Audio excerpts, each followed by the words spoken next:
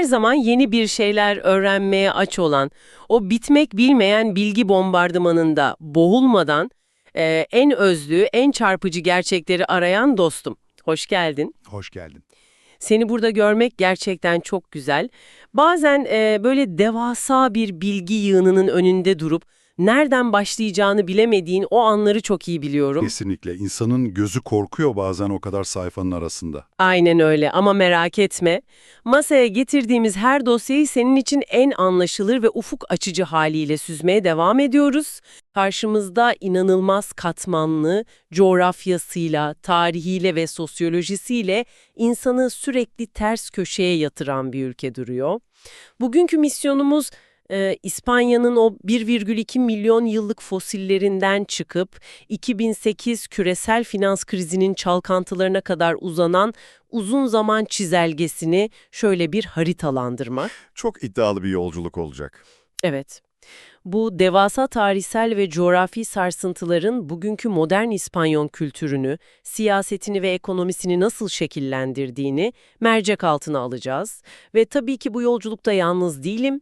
Bu büyük resmi bizim için sentezleyecek, olayların arka planındaki o ince bağlantıları kuracak uzmanımız da karşımda. Tekrar merhaba. Seninle ve dinleyicimizle bu dosyanın kapaklarını aralamak her zamanki gibi heyecan verici gerçekten. Hani arka planda Endülüs'ün o görkemli İslami mimarisinden Madrid'in hiç uyumayan modern silüetine uzanan bir manzara hayal etmeni istiyorum. Hazırsan başlayalım. Başlayalım. İspanya'yı konuşurken aslında tek, yekpare bir ülkeden bahsetmediğimizi en baştan kabul etmemiz gerekiyor bence. Karşımızda coğrafyanın, iklimin ve tarihin zorlamasıyla bir araya gelmiş, bazen şiddetle çatışmış ama en sonunda eşsiz bir mozaik oluşturmuş adeta küçük bir kıta var. Küçük bir kıta tanımı çok doğru oldu aslında. Yani bugün sokakta gördüğümüz bir kültürel alışkanlığın, meclisteki bir siyasi tartışmanın veya bir ekonomik krizin kökleri bu topraklara binlerce yıl önce atılmış tohumlara dayanıyor. Bu yüzden bugün sadece yüzeyde gezinmeyeceğiz. O tarihsel köklerin bugünkü yaşamı nasıl beslediğine odaklanacağız. O halde hemen o en temel belirleyici unsurla, coğrafyayla başlayalım bence. Çünkü İspanya dediğimizde birçoğumuzun aklına o sıcak, kesintisiz Akdeniz plajları geliyor. Evet, bir turizm algısı var. Aynen. Ama dosyanın detaylarına indikçe bunun büyük bir yanılsama olduğunu görüyoruz. İnanılmaz bir coğrafi çeşitlilik söz konusu. Mesela kuzeye, Atlantik kıyılarına bakıyorsun, yağmurlu, yoğun ormanlık, adeta sürekli rüzgar yiyen Sarp Cantabria dağları var. Çok yeşil ve ıslak bir bölge orası. Tamamen öyle. Sonra rotayı güneye çeviriyorsun, kavurucu bir sıcak ve Sahra Çölü'nün Avrupa'ya sıçramış bir uzantısı gibi duran kurak araziler çıkıyor karşına. Hatta güneydeki Tabernas Çölü o kadar vahşi bir görünüme sahip ki, Hani şu filmlerin çekildiği yer. ta kendisi 1960'ların ve 70'lerin o meşhur Hollywood spagetti western filmleri Amerika'da değil, tam da burada çekilmiş. Bir yanda İsveçre'yi andıran karlı zirveler, diğer yanda Vahşi Batı filmlerinin setleri. İnsan bu iki uç arasında nasıl ortak bir yaşam kurabilir diye düşünüyor.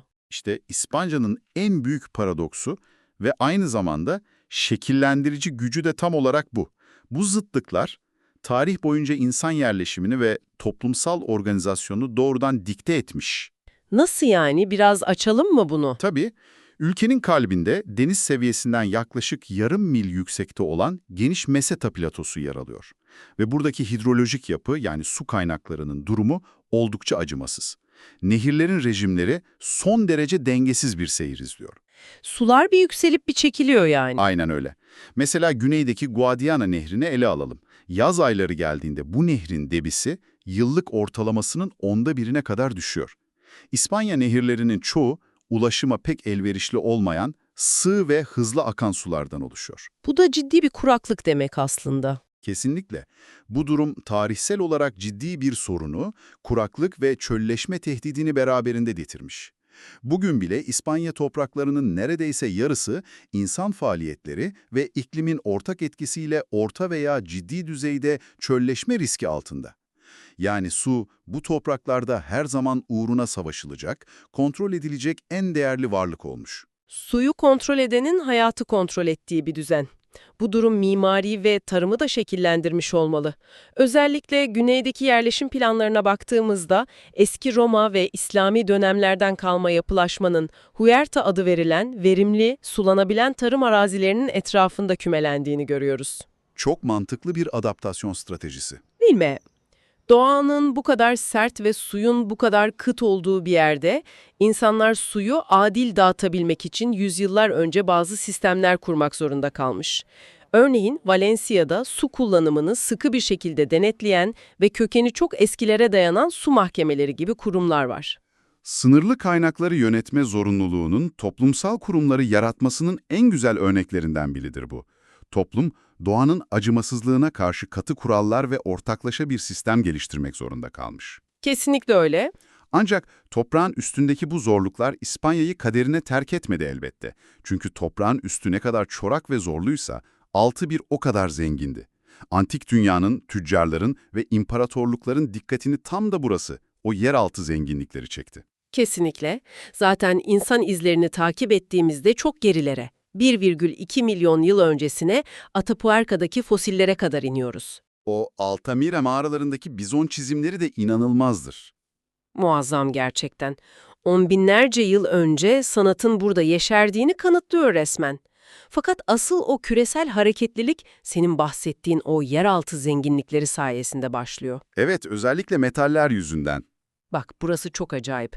Fenikelilerin M.Ö. 800'lerde İber Yarımadası'na özellikle de güneye gelmesinin arkasında çok net bir motivasyon var. Gümüş ve kalay.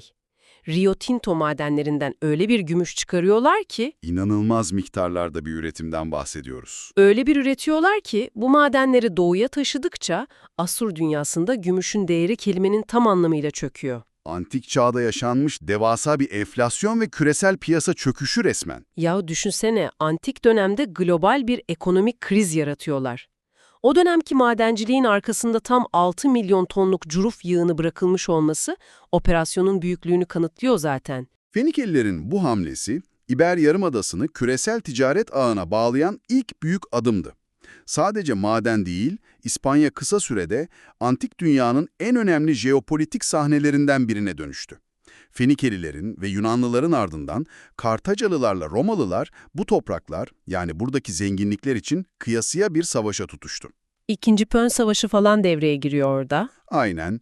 İkinci Pön Savaşı'nın ardından Roma'nın İber Yarımadası'nı kontrol altına almasıyla İspanya bir ham madde deposu olmaktan çıkıp koskoca bir imparatorluğun ekonomik kalbi haline geldi. Bunun ne kadar büyük bir ölçekli olduğunu anlamak için Roma şehrinin kendisine bakmak yeterli. Evet, Roma'daki o meşhur tepe, Monte Testaccio. İlk duyduğumda ben bunun doğal bir tepe olduğunu düşünmüştüm ama aslında tamamen insan yapımı. Daha doğrusu çöplerden oluşmuş bir dağ o. Aynen öyle. Tamamen İspanya'nın güneyindeki Baetica bölgesinden, bugünkü Endülüs'ten Roma'ya taşınan zeytinyağı amforalarının, yani o büyük testilerin parçalanmış kalıntılarından oluşan 50 metre yüksekliğinde bir enkaz dağı. Antik dünyanın tüketim çılgınlığının çok somut bir kanıtı. Küresel ticaret hacminin böylesine somut bir anıtı olması inanılmaz. Üstelik İspanya Roma'ya sadece zeytinyağı, şarap veya garum denilen o meşhur fermente balık sosunu ihraç etmiyor, İmparatorluğun en parlak dönemini yaşatan Trajan ve Hadrian gibi imparatorlar da bu topraklardan, İspanya'dan çıkıyor. Bir eyaletin merkezi bu kadar derinden beslemesi ve hatta onu yönetenleri yetiştirmesi Roma'nın o meşhur asimilasyon gücünü gösterir. Ancak Roma İmparatorluğu'nun o uzun çöküşü başladığında İspanya'da nasibini aldı tabii. O Cermen kavimlerinin gelişi. Evet. 5. yüzyılla birlikte Cermen kavimleri, Vandallar, Süevler ve en nihayetinde Vizigotlar yarımadayı ele geçirdi. Vizigotlar dönemi siyasi çalkantılarla dolu olsa da önemli bir kültürel entegrasyona sahne oldu. Din konusunda da bazı değişiklikler oluyor sanırım o dönem. Doğru, başlangıçta Aryanizm inancına sahiptiler. Yani Hristiyanlığın o dönem ana akım Roma inancından farklı, İsa'nın ilahiliğini farklı yorumlayan bir mezhebi. Ancak zamanla bölge halkıyla bütünleşmek adına Katolikliğe geçerek dini bir birlik sağlamaya çalıştılar. Fakat İber Yarımadası'nın kaderini kökünden değiştirecek, ona Avrupa'nın geri kalanından tamamen farklı bir kimlik kazandıracak asıl büyük kırılma 711 yılında gerçekleşti. Müslüman ordularının Kuzey Afrika'dan Cebeli Tarık'ı geçerek Yarımada'ya ayak basması, neredeyse 800 yıl sürecek bir egemenlikten bahsediyoruz. 8 asır, dile kolay. Ya bu sadece bir sınır değişikliği değil, Avrupa'nın tam ortasında bambaşka bir dünyanın ve medeniyetin inşa edilmesi anlamına geliyordu. Düşünsene, Avrupa o karanlık çağları yaşarken Endülüs şehirleri sokak lambalarıyla aydınlanıyordu. Çok haklısın. Müslümanların o dönemki adıyla Morsların İspanya'daki varlığı askeri bir fethin çok ötesinde muazzam bir kültürel sentez yarattı. İspanya toprağı doğuyla batının buluşma noktası oldu. Mimari ve bilimde inanılmaz bir sıçrama var o dönem. Roma'dan kalan su kanalları geliştirildi, tarımda çığır açan yeni sulama teknikleri getirildi, mimaride bugün bile milyonlarca turisti kendine çeken Elhamra Sarayı veya Kurtuba Camii gibi şaheserler inşa edildi. Kurtuba kütüphaneleri filan da çok meşhurdur. Aynen öyle. En kalıcı miras entelektüel alandaydı zaten. Antik Yunan mirası Müslüman alimler aracılığıyla Kurtuba ve Toledo kütüphanelerinde korundu, Arapçaya ve oradan da Latince'ye çevrilerek yeniden Hristiyan Avrupa'ya aktarıldı. Bu dönemde sadece Müslümanlar değil, Yahudi nüfusu da İspanya'da kendi altın çağını yaşadı. Felsefede, tıpta, edebiyatta çok büyük katkılar sağladılar. Bu çok katmanlı yapıya sonradan eklenen bir başka kültür daha var. Çingene, yani Roman kültürü. Bugün İspanya dendiğinde akla ilk gelen unsurlardan biri olan flamenko'nun kökenleri de buraya dayanıyor aslında. Cante Jondo formu, o yürek burkan şarkılar. Tam da o. Romanların o göçebe hüznüyle bölgedeki eski Arap ve Endülüs halk şarkılarının evliliğinden doğan acıyı ve tutkuyu aynı anda barındıran bir form bu. Marjinalize edilmiş halkların kendini ifade etme biçimi adeta. Meşhur İspanyol şair Federico García Lorca'nın bu sentezi, bu toprakların o ağır hissini anlatırken kurduğu bir cümle var. Ah, evet, çok çarpıcı bir sözdür o. Diyor ki, İspanya'da ölüler, dünyanın başka hiçbir ülkesinde olmadığı kadar canlıdır. Lorca'nın bu tespiti İspanya'nın tarihi hafızasını mükemmel özetler. Toprak üzerinden geçen her kültürü bir sünger gibi emmiş ve kendi bünyesine katmıştır. Ancak bu hoşgörü ve sentez dönemi sonsuza kadar sürmedi. Tarih sahnesinde 1492 yılına geldiğimizde İspanya, Avrupa ve hatta dünya tarihi için tam bir kırılma noktası yaşandı. Katolik krallar Ferdinand ve Isabella sahneye çıkıyor. Evet, Reconquista yani Hristiyanların Yarımada'yı yeniden fetih sürecini tamamladılar ve son Müslüman emirliği olan Gırnata düştü. 1492 gerçekten de her şeyin aynı anda olduğu o inanılmaz yıllardan biri. Bir yanda Reconquista tamamlanıyor, diğer yanda siyasi birliği dini tektipleştirmeyle pekiştirmek isteyen Katolik krallar, Elhamra kararnamesiyle Yahudileri ve Müslümanları ya din değiştirmeye ya da ülkeyi terk etmeye zorluyor. Çok büyük bir trajedi o sürgün. Sadece kültürel bir trajedi de değil, aynı zamanda muazzam bir beyin göçü ve sermaye kaybı anlamına geliyor İspanya için. Ve tam da aynı yıl Christoph Kolomb, İspanyol tahtının sponsorluğunda Hindistan'a yeni bir yol bulma umuduyla o meşhur Amerika yolculuğuna çıkıyor. Yepyeni bir imparatorluğun kapıları açılıyor. Dini ve etnik tektipleştirme çabaları, Engizisyon'un acımasız uygulamalarıyla yüzyıllar boyunca devam etti. Ancak devletin tüm bu asimilasyon ve merkezileştirme çabalarına rağmen İspanya sosyolojisi direndi. Bunu en net şekilde diller üzerinden okuyabiliyoruz. Bugün İspanya tek bir dilin değil, bir diller mozaiğinin ülkesidir. Bak, bu kısım gerçekten çok çarpıcı. Devletin resmi dili olan bizim İspanyolca dediğimiz Kastilya dilinin yanında doğuda kendine has güçlü bir edebiyatı olan Katalanca var. Kuzeybatıda da Galisyaca konuşuluyor. Evet, Portekizce'ye çok benzeyen o melankolik tınılı Galisyaca. Ama asıl gizem kuzeyde, Bask bölgesinde. Uskera yani Baskça. Evet, bu dil Hint-Avrupa dil ailesine dahi ait değil. Ne Latince ile ne de Avrupa'daki diğer dillerle akraba. Kökenleri Romalılardan bile öncesine, karanlık çağlara dayanıyor. Dağlık coğrafyanın sağladığı izolasyonla binlerce yıl boyunca bozulmadan bugüne kadar gelebilmiş olması başlı başına bir dil bilim mucizesi bence. Burada sorulması gereken asıl soru şu: tarihi boyunca bu kadar güçlü, merkeziyetçi krallıklara ve yakın tarihte katı bir diktatörlüğe maruz kalmış bir ülke, bu dilsel ve kültürel çeşitliliği nasıl koruyabildi? 20. yüzyıldaki Franco diktatörlüğünü düşünürsek, Kesinlikle. Franco döneminde Kastilya dili dışındaki bu bölgesel dillerin kamusal alanda, okullarda, medyada kullanımı katı bir şekilde yasaklanmıştı. Ancak devletin bu baskısı dilleri yok etmek yerine onları birer direniş sembolüne dönüştürdü. İnsanlar evlerinde kapalı kapılar ardında kendi dillerini konuşmaya devam ettiler. sonra o 1978 Anayasası geliyor. Franco'nun 75'teki ölümünün ardından kabul edilen demokratik anayasa, tarihi bir uzlaşmaya imza attı ve İspanya'nın bu bölgesel milliyetlerini resmen tanıdı. Ülke 17 otonom yani özerk bölgeye ayrıldı. Bugün o diller sadece hayatta kalmakla kalmadı, kendi bölgelerinde eğitimin, medyanın ve yerel idarenin resmi dilleri haline gelerek yeniden bir altın çağı yaşamaya başladılar. Franco döneminden bahsetmişken siyasetten biraz da ekonomiye kayalım istersen.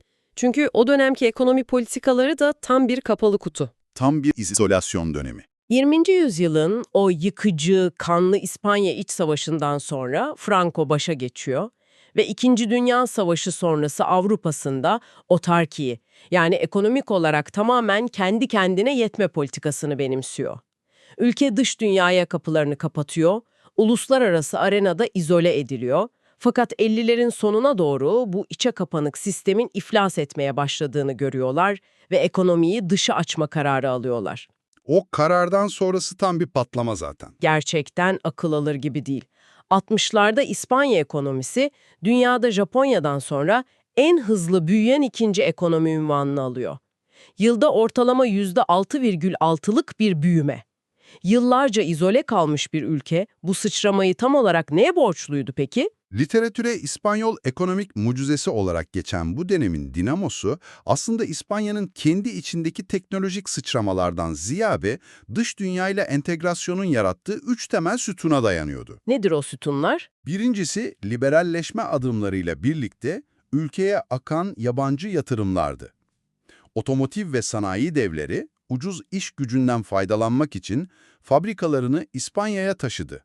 Sonra turizm patlaması başlıyor değil mi? Evet, ikincisi de bu. İkinci Dünya Savaşı sonrası refaha kavuşan ancak daha ucuz fiyatlarla bol güneş arayan Kuzey Avrupalıların başlattığı kitlesel turizm akınıydı. İspanya kıyıları bir anda Avrupa'nın tatil köyüne dönüştü. Bir de yurt dışına giden işçiler var galiba. Üçüncü ve genelde arka planda kalan en önemli faktör de oydu zaten, göçtü. Avrupa'nın sanayileşmiş ülkelerine, özellikle Almanya, İsviçre ve Fransa'ya misafir işçi olarak giden 1 milyonun üzerindeki İspanyol'un ülkelerine gönderdiği dövizler ekonomiyi ayakta tutan can damarlarından biri oldu. Yani bu mucize İspanya'nın uluslararası kapitalist sisteme eklemlenmesinin doğrudan bir sonucuydu. Fakat dışa bu kadar bağımlı ve inşaat ya da turizm odaklı bir büyümenin her zaman bir faturası oluyor. Günümüze yaklaştığımızda özellikle 2008 küresel finans krizinin İspanya'yı nasıl şiddetle vurduğunu gördük. O meşhur emlak balonu patladı. Yıllarca şişirilen o devasa emlak balonu patladı. Otoyolların ortasında bitmemiş hayalet banyolar, kullanılmayan milyar dolarlık bölgesel havalimanları kaldı. KAHAS adı verilen bölgesel tasarruf bankalarının dağıttığı geri dönmeyen krediler yüzünden Bankiye gibi ülkenin devasa finans kurumları çöküşün eşiğine geldi ve devlet milyarlarca euro harcayarak bunları millileştirmek zorunda kaldı. İşsizlik rakamları korkunç seviyelere çıkmıştı o dönem. Genç işsizliği bir ara %50'lere kadar tırmandı. Kemer sıkma politikaları, sokak protestoları, hükümet krizleri yaşandı. Ancak diğer yanda bugünün İspanya'sına baktığımda tüm o enkazın içinden çıkan modern bir altyapı da var. Ve trenleri mesela. Kesinlikle. AVE adını verdikleri Avrupa'nın en büyük yüksek hızlı tren ağına sahipler. Sevilla'dan Madrid'e saatte 300 kilometre hızla uçarcasına gidebiliyorsun. Telekomünikasyon sektöründe rüzgar ve güneş enerjisi gibi yenilenebilir enerji alanlarında Avrupa'nın en büyük oyuncularından biri konumundalar. İşte İspanya'nın modern yüzü bu. Hızlı büyüme ve sert çöküş döngüleri içinde şekillendi.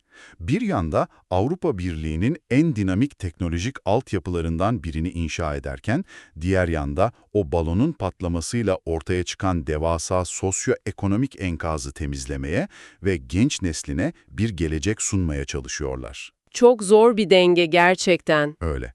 Ancak bir ülkeyi sadece makroekonomik verilerle okuyamayız. Ekonomi, insanların o yapı içinde nasıl yaşadığını ve günlük kültürlerini nasıl dönüştürdüğünü de belirler. Modernleşme ile geleneksel yaşam tarzı arasındaki o çekişmeyi günlük hayatta çok net görebiliriz aslında. Bu çekişme sanırım en çok zaman algısında ve yemek kültüründe kendini belli ediyor. İspanya'ya ilk defa giden birini düşün, en çok neyde afallıyor? Yemek saatlerinde. Öğle yemeği ve akşam yemeği saatleri çok farklı çünkü. Aynen. Öğle yemeği saat 14 ile 15 arasında, hatta bazen 16'ya sarkarak yeniyor. Akşam yemeği ise 21'den önce nadiren başlıyor. Yaz aylarında restoranların 22.30'da dolmaya başladığını görüyorsun. Ve tabii o dünyaca ünlü siesta kavramı var. Hayatın durduğu o sıcak öğle saatleri. Günün en sıcak saatlerinde hayatın durması, dükkanların kapanması durumu. Ancak dosyada okuduğumuz kadarıyla bu geleneksel yaşam formu ciddi bir tehdit altında. Evet, siesta modern çağın hızına yenik düşüyor diyebiliriz. Geleneksel siesta aslında tarım toplumunun aşırı sıcak öğle saatlerinde tarlada çalışmanın imkansızlığından doğan bir zorunluluktu. Günümüzde metropollerde bu pek işlemiyor herhalde. Aynen öyle. Bugün büyük metropollerde insanların şehir merkezlerindeki ofislerinden çıkıp banliyölerdeki evlerine öğle uykusu için gidip gelmeleri, o uzun işe gidiş dönüş mesafeleri yüzünden artık fiziksel olarak imkansız. İşe gidip gelme süreleri çok uzadı. İspanyol toplumu şu an geleneksel Akdeniz yaşam ritmiyle küreselleşmiş iş dünyasının dayattığı 9-5 mesai saatleri arasında ciddi bir sıkışmışlık yaşıyor. Yine de o yemek kültürünün sosyal birleştiriciliği direnmeye devam ediyor bence. İspanya'da yemek sadece karın doyurmak için yapılan fizyolojik bir eylem değil. O sosyal dokunun ta kendisi resmen. Kesinlikle. İşe giderken barlarda hızlıca atıştırılan kahvaltılar, akşam üzeri iş çıkışı bir bardak içkinin yanında sunulan sarımsaklı karidesten zeytine kadar çeşitlenen tapas kültürü. Tapas aslında sadece küçük porsiyonlar demek değil, bardan bara geçerek sosyalleşme, ayaküstü muhabbet etme kültürüdür. Ve tabii o meşhur sobremesa geleneği, yemek bittikten sonra masadan kalkmayıp kahveler ve içkiler eşliğinde saatlerce süren o derin sohbetler. İspanyollar masada yaşamayı seviyor gerçekten. Kesinlikle. Eğlenmeyi de öyle. Mesela La Tomatina Festivali'ni düşün. Her Ağustos Buñol'da binlerce insan birbirine tonlarca domates fırlatıyor. Olayın kökeni de çok ilginç. Franco döneminin o katı ve boğucu kurallarına karşı yerel halkın başlattığı sembolik çocuksu bir sivil itaatsizlik eylemi. Bugün ise tüm dünyadan turist çeken devasa bir endüstriye dönüşmüş durumda. İspanya'nın kendi yerel pratiklerini ve tarihsel travmalarını küresel bir markaya dönüştürme konusunda muazzam bir yeteneği var. İzolasyondan çıkıp yumuşak gücünü tüm dünyaya ihraç etmeyi başardılar. Sanatta da böyle, sporda da. Bu sadece domates festivaliyle sınırlı değil zaten.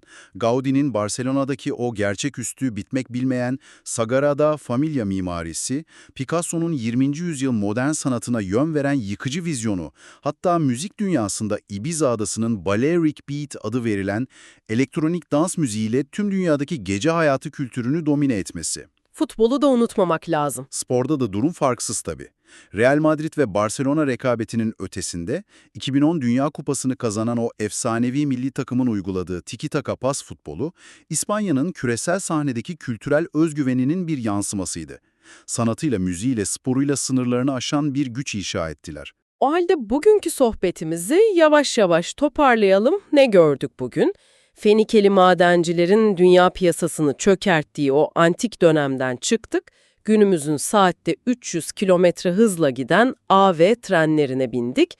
Roma'nın zeytinyağı dağlarından Endülüs'ün 800 yıllık bilimsel ve mimari sentezine baktık. Çok geniş bir yelpaze. 1492'nin o büyük sürgün ve keşif kırılmasından Franco'nun dışa kapalı baskıcı rejimine ve oradan günümüzün çok dilli, küresel kültür ihraç eden, emlak krizleriyle boğuşup yenilenebilir enerjiyle ayağa kalkan demokrasine uzanan bir harita çıkardık.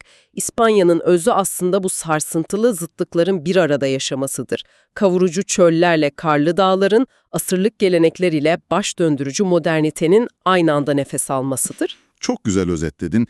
Ben de kapatırken tam da bu zıtlıklar ve çok seslilik üzerinden dinleyicimize üzerinde düşünebileceği şu son fikri bırakmak istiyorum. Lütfen. İspanya tarihsel olarak tek tip, katı bir merkezi devlet olmak yerine, tarihi kimliklere, kendi meclislerine ve yerel polis güçlerine sahip 17 farklı özerk topluluktan oluşan esnek bir yapı kurmayı seçti.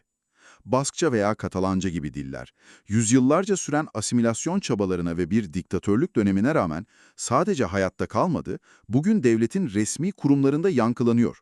Peki sen ne düşünüyorsun? İspanya'nın bu özerklikler devleti modeli, günümüzde giderek kutuplaşan, yerel ve bölgesel kimliklerin dünya çapında yeniden hak iddia ettiği diğer modern uluslar için bir çözüm haritası, bir çıkış yolu mu sunuyor? Yoksa bu kadar fazla özerklik ve çeşitlilik, eninde sonunda bitmek bilmeyen siyasi krizlerin, ulus devletin yavaş yavaş çatırdamasının bir habercisi mi? İspanya'nın siyasi laboratuvarı, belki de önümüzdeki yüzyılda tüm dünyanın siyasi sınırlarını test ediyor. Üzerine uzun uzun düşünülecek, belki de o meşhur sobremesa masalarında saatlerce tartışılabilecek kusursuz bir soru gerçekten.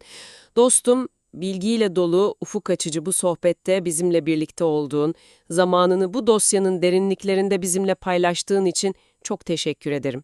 Dünyayı anlamak için sorgulamaya, o karmaşık yapbozun parçalarını birleştirmeye devam et. Bir sonraki yolculuğumuzda görüşmek üzere. Nerede olursan ol, her zaman merakla kal.